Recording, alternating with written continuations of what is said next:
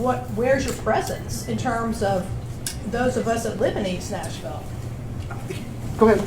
So that's a great question. So if you're not seeing our police car, that's really good for your area as far as No, it's not, because we got hit. Go introductions. Let's just get into this. I always find press releases interesting, especially when it comes to law enforcement, because agencies, police departments, cities, really companies, organizations, no one's really going to come out publicly and say, hey, this is why this is happening. So in this case, it looks like Nashville's having some issues, and I'm going to put some screenshots up as I talk, but it seems like there is an issue, and this is why this town hall is happening, is because there's a crime wave. Criminality is increasing, response times are longer, and so they go out in front of the public asks questions, and I sympathize with these people because they want real answers. But the issue is the police department can't just come out and say, hey, we're being hit on all sides here.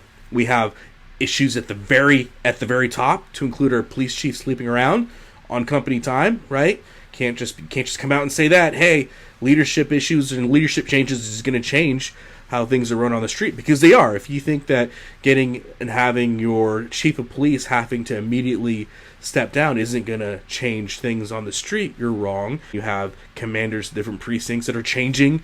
If you think that's not going to have an impact on what happens on rank and file officers in the street, you'd be wrong again. And then the fact that there's a staffing issue, right?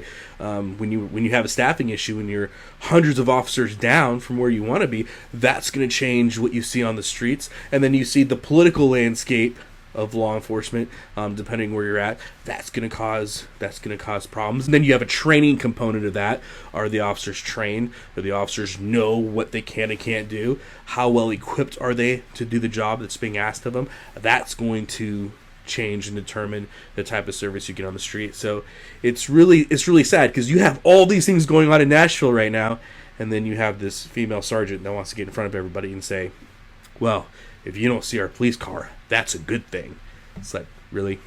And then that's the sad thing, that's her job. That's her full-time job, and she had to have known she was going to get asked that, and with that being the best answer she could give, maybe she needs to.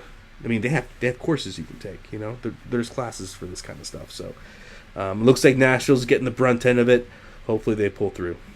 Well, if you guys like this content, please like, share, subscribe. And as always, guys, long live the Republic.